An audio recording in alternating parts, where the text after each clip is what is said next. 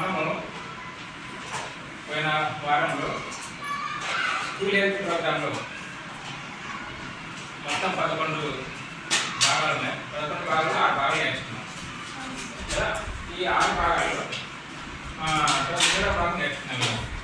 7వ భాగం ఏంటంటే మత్తు పదార్థాల దుర్వినియోగం, నిరోధం, నిర్వహణ. ఈ మత్తు పదార్థాలు అనేటివి మనిషిని ఏ విధంగా దెబ్బతీస్తాయి అర్థమైందా? గత వాళ్ళని ఏ విధంగా స్టాప్ చేయాలి, వాళ్ళకు అంటే వాటికి అలవాటు పడకుండా ఏ విధంగా మనం దూరంగా ఉండాలి, ఎటువంటి పరిస్థితుల్లో మత్తు పదార్థాలు అలవాటు చేసుకోవాలి, ఇవన్నీ ఈరోజు మనం తెలుసుకున్నాం. ఈ తెలుసుకోవడం వల్ల ముఖ్యం ఏంటంటే మనము ఆ మత్తు పదార్థాల బారిన పడకుండా దానికోసమే ఇవన్నీ చెప్పేది. స్కూల్ హెల్త్ ప్రోగ్రాంలో ఏమేమి ఇవన్నీ మీకు ఎందుకు చెప్తారంటే మీరు వాటి ప్రభావంలో పడి మీ ఆరోగ్యాన్ని చెడగొట్టుకోవడము, తర్వాత మీ యొక్క మంచి భవిష్యత్తు చెడగొట్టుకోవడము అవన్నీ జరుగుతాయి. కాబట్టి అలా ఉండకూడదని మీకు చెప్తారు. వినిపిస్తుందా మీకు? కాబట్టి ఈ మత్తు పదార్థాలు దుర్వినియోగము అన్నప్పుడు ఈ మత్తు పదార్థాలు ఏంటంటే అవి మనిషి యొక్క మెదడుకు, తర్వాత గుండెకు, తర్వాత శరీరానికి అన్నిటికీ హానికరం చేస్తుంది. అన్నిటికీ హానికరం చేస్తుంది. ఉదాహరణకు సారాదాయ వ్యక్తి కదా, సారాదాయ వ్యక్తి ఏంటి, వాళ్ళు ఊరు పడుకుంటారా, ఇంకా ఏదో ఒకటి అలా చేసుకుంటుంటారు, అంటే అరుచుకుంటుంటారు కదా. ఎప్పుడు లేదా మీరు తింటారు కదా, వాళ్ళ ఇంట్లోకి వచ్చినా కూడా పడుకున్నప్పుడు ఏదో ఒకటి కలగరిస్తూనే ఉంటారు అట్లా. అంటే దానివల్ల ఏంటంటే మనిషి యొక్క మానసిక, శారీరక ఆరోగ్యాన్ని దెబ్బతింటుంది. ఏమి కాబట్టి ఈ మత్తు పదార్థాల దుర్వినియోగం అన్నప్పుడు అది మనిషి యొక్క శారీరక ఆరోగ్యాన్ని దెబ్బతీస్తుంది. అది గుర్తుపెట్టుకోండి. మత్తు పదార్థాలు ఏమున్నాయి? మత్తు పదార్థాలు ఏమన్నా అన్నప్పుడు కొన్ని పొగాకు మత్తు పదార్థాలు. పొగాకు ఏంటి? పొగాకు అంటే ఏంటి? మనం సిగరెట్ తాగుతారు కదా, సిగరెట్ తాగుతుంది ఏమి. తర్వాత ఇంకా ఏమున్నాయి? గంజాయి. కొంతమంది గంజాయి తాగుతారు. ఇప్పుడు మనకు అంటే ఇప్పుడు టౌన్లో ముఖ్యంగా హైదరాబాద్ పెద్ద పట్టణాల్లో ఏమి ఈ గంజాయి అనేది ఎక్కువైపోయింది. అది చిన్న గింజ ఉంటుంది కానీ దాని విలువ ఎంత తెలుసా? వేలలో ఉంటుంది. అంటే అది కొద్దిగా చేసుకున్నా కూడా మత్తు కలిగిస్తుంది మనిషికి, ఎందుకంటే మత్తు. కాబట్టి గంజాయి, తర్వాత కెఫిన్, కొకైన్,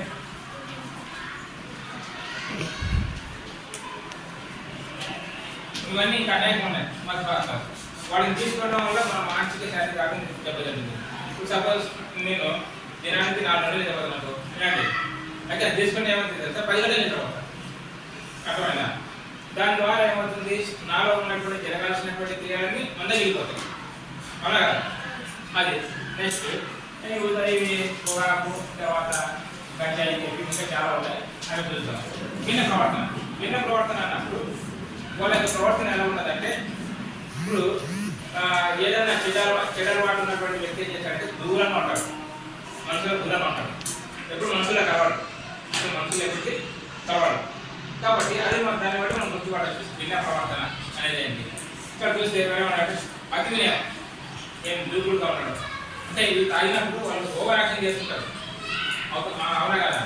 మీరు చదివారు తాగినప్పుడు ఏమి వాళ్ళు మాట్లాడే మాటలు కావచ్చు, వాళ్ళు చేసే చేష్టలు కావచ్చు, చాలా విచిత్రంగా ఉంటాయి. ఏమేమి మీకు ఇంకా చిన్నపిల్లవాడు అర్థం కాదు. కొద్దిగా పెద్దగా అయిన తర్వాత అంటే కొంతమంది తాగి తిరుగుతుంటారు, ఏడైనా పడిపోతుంటారు. ఏమి రాత్రి అయినా పడితే 3 అయినా పడేటారు. అంటే వాళ్ళు లేరు ఇంకా, అర్థమైందా? వాళ్ళు ఎవరు పట్టించుకోరు. అటు వాళ్ళ ప్రవర్తన భిన్నంగా ఉంటుంది. అంతేకాదు ఏమి ఫస్ట్ ఏమనుకుంటే మత్తు పదార్థం అంటే చూద్దాం ఎట్లా ఉంటుంది అనుకుంటారు, కానీ దానికి అలవాటు అయిపోతుంది. దానికి అలవాటు అయిపోతుంది. అది బానిసత్వం అంటారు. దానికి బానిస కావడం, అది లేకుండా బతకలేరు కొన్నిసార్లు. అతనంగా అలాగుంటుంది అన్నమాట. కాబట్టి దాన్నే వ్యసనం అంటారు. ఇప్పుడు మనం టీ, కాఫీ కూడా తాగుతుంది, దాంట్లో కూడా మనకు మన ఆరోగ్యంలో పెరిగినటువంటి విషయాలు ఉంటాయి. కాబట్టి అవి తాగుతుంది అంటారు. కానీ దాన్ని ఏం చేశారంటే అలవాటు చేసుకున్నారు. వాళ్ళు కూడా ఏం చేశారు, ఒకవేళ నిద్ర రాకుండా ఏం చేస్తారు, టీ తాగుతారు కొంతమంది, టీ తాగి నిద్ర తాగుతారు అలా కదా. కాబట్టి అంటే అదొక దురలవాటుగా మారిపోయింది. తర్వాత మత్తు పదార్థాలు వినియోగానికి ఇతర కారణాలు ఏ కారణాలు ఉంటాయి? కుటుంబంలో ఎప్పుడు కొట్టాడుతారు, అమ్మాయిని కొట్టాడుతుంటారు, పిల్లలు ఏం చేస్తారు, విసిరిపోతారు, వాళ్ళు ఎప్పుడు కొట్టాడుతుంటారు, ఏం మమ్మల్ని గడుచుకున్నా చెప్పేసి వాడు ఇంట్లో వాళ్ళని గడుచుకోకుండా ఇంట్లో వాళ్ళు మాట్లాడకుండా చెడు స్నేహాలు బలైపోతారు. ఏమి చెడు తిరిగే వాళ్ళతో జతగట్టిపోతారు. కాబట్టి మనకు అదే హ్యాపీగా అనిపిస్తుంది. తర్వాత ఇంకోటి ఏంటంటే కొన్నిసార్లు ఒత్తిడి ఉంటుంది. అంటే చిన్నపిల్లలు పని చేసుకెళ్ళాలని అనుకో, మనకి ఏం చేత కాదు, వాడు ఏం చేస్తుందంటే ఈ పని నుంచి ఎక్కడ తప్పించుకోవాలని వాడు ఆలోచిస్తారు. అర్థమైందా? ఇవన్నీ కారణాలు. దీంట్లో మత్తు పదార్థాలు అవగాహన లేకపోవడం, మత్తు పదార్థాలు అవగాహన. కొంతమంది చాలా మంది చెప్తారు, అరే నీకు ఎక్కడ సీక్రెట్ తాగేవాడు అలవాడుతుందంటే మా నాన్న చిన్నప్పుడు అరే బీడీ తీసుకోవాలనేవాడు. ఏమి ఆ బీడీ నేను కొద్ది దూరం వచ్చాక ఇప్పుడు పొయ్యిలో ఇంతకుముందు పొయ్యి ఉండేది, ఇప్పుడు అంటే స్టవ్లు వచ్చినాయి జాగ్రత్తలు. పొయ్యిలో ఏం చేసా నిప్పు మీద పెడితే అది అనుకునేది. మేము దాన్ని తీసుకొచ్చి వాళ్ళ అన్నకి ఇచ్చేవాడు. అయితే మధ్యలో ఆరిపోయేది, మధ్యలో ఏమైతే ఆరిపోతుంది, వాళ్ళ అక్కడికి తీసుకొచ్చేమో ఆరిపోతుంది కదా. అప్పుడు నా వాళ్ళ రోజులు ఇది ఆరిపోయిందంటే మరి ఆరిపోయిందా నువ్వేం లేదా అట్లా అట్లా నిప్పు ఎరగైంది కదా, ఒక 2-3 సార్లు పీల్చిన దగ్గరికి వచ్చే లోపల అది ఆరిపోకుండా ఉంటుంది అక్కడ. వాడు ఏం చేస్తుంటే దాన్ని అలవాటు చేసుకుంటాడు, అవునా కదా. అట్లే ఇట్లా నా అని చెప్పేసి దానికి అలవాటు అయిపోయి తర్వాత వాడు కూడా ఎక్కువ చూడకుండా కావాలని నేర్చుకుంటాడు. చుట్ట పిల్లలు పడతాయి, చుట్ట సిగరెట్ పడతాయి, లాస్ట్కి అవి ఇలాంటి అవి ఏం చేస్తాడు, వాడు కాల్చడం నేర్చుకుంటాడు. దానివల్ల వాళ్ళకి చెడ్డ వాడుగా మారిపోతుంది. అంటే అవి ఆరోగ్యాలు దెబ్బతీస్తాయి. తర్వాత వీటి వల్ల మత్తు పదార్థాలు ఎక్కువ వాడితే ఉంటుంది, విపరీతమైన కోపం ఉంటుంది. అర్థమైన విపరీతమైనటువంటి కోపం ఉంటుంది. కొంతమందికి ఏముంటుంది తెలుసా, కొంతమందికి నిరాశ ఉంటుంది, నా జీవితం ఇంతేనే అని చెప్పి. కొంతమంది ఏంటంటే ఎప్పుడెప్పుడు ఎవరిని చంపేద్దామా, లేకపోతే ఎప్పుడెప్పుడు ఏం చేద్దామా అని చెప్పేస్తారు. ఈ మధ్యలో కేరళ రాష్ట్రంలో ఒక బాధాకరమైన విషయం ఏంటంటే మత్తు పదార్థాలు ఎక్కువ వాడుతున్నారు. అసలు కేరళ రాష్ట్రం అంటే 100% చదివేటువంటి పిల్లలు అక్కడంతా, పిల్లలు పెద్దవాళ్ళంతా 100% చదివారు. కేరళ రాష్ట్రంలో 1000 మంది ఉన్నారు అనుకోండి, ఆ 1000 మంది చదివారు, పల్లెటూరులో కానీ టౌన్లో కానీ. వాళ్ళలో ఈ మత్తు పదార్థాలు వాడైతున్నాయి. ఈ మగపిల్లలు ఏం చేస్తున్నారు, మత్తు పదార్థాలు తీసుకొని ఏమి ఆడపిల్లలు అలవాటు చేస్తున్నారు.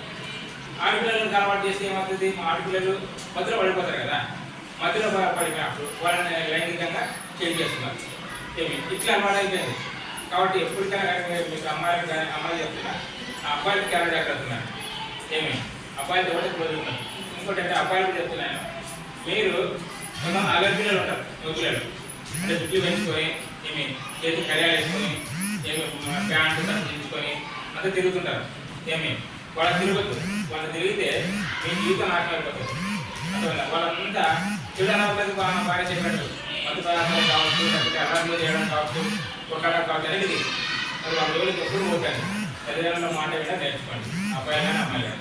అర్థమైనా ఇది. కాబట్టి ముఖ్యంగా ఈ వ్యవహార దిశలో మనం మత్తు పదార్థాలు అలవాటు పడిపోతే మన జీవితం ఎవరు బాగు చేయరు.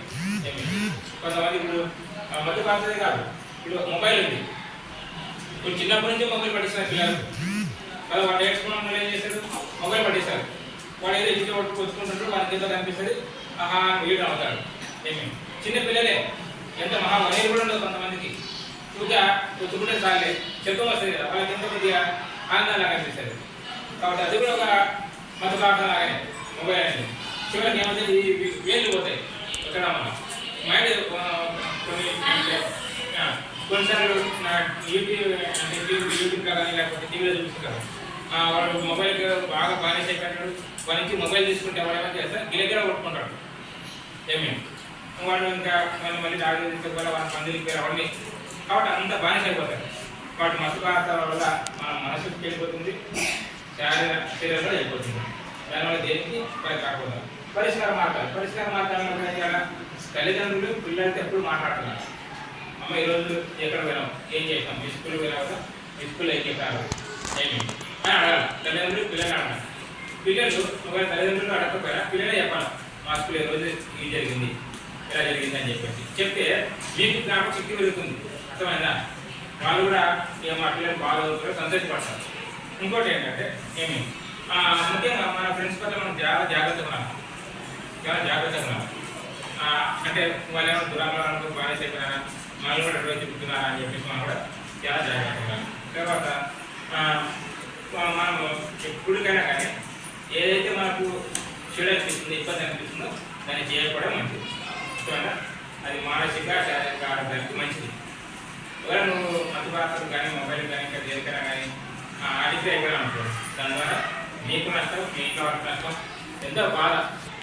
వాళ్ళే మన తల్లిదండ్రులు మా పిల్లలు మంచిగా చదువుకొని మంచి సంపాదించి మంచి స్థితిలో ఉంటారు. కానీ వీడు ఈ చిన్న వయసులోనే ఏమి వాడి బానిస అయిపోయినారు అనుకోండి, దాని ద్వారా వాళ్ళ ఎంతో బాధపడతారు తల్లిదండ్రులు. కాబట్టి మీకు ఇల్లు పెట్టినారంటే అటువంటి వాళ్ళు దూరంగా ఉండండి, అటువంటి దారి జోలికి పోతారని చెప్పేసి ఈ పాట పెట్టడం జరిగింది. మొత్తమైనా టీ కాఫీ కూడా ఎక్కువ తాగకూడదు. ఏమి తాగకపోవడం పూర్తిగా మంచిది, తాగకపోవడం వాళ్ళు తాగినా తప్పదన్నప్పటికీ తాగండి. నేను కూడా టీ కానీ కాఫీ కానీ తాగాను, ఏమి తప్పదన్నప్పటికీ తాగుతాను అంతే. అది కూడా తాగకూడదు, ఎందుకంటే దానివల్ల మనకు ఆరోగ్యం జరుగుతుంది, అది గుర్తుంచుకోండి. కొన్నిసార్లు కొంతమంది టీ తాగకపోతే నేను అమ్మ చెట్లో ఉందంట, అటువంటి అలవాటు చేసుకుంటే కదా అట్లా ఉండేది. అలవాటు చేసుకోకపోతే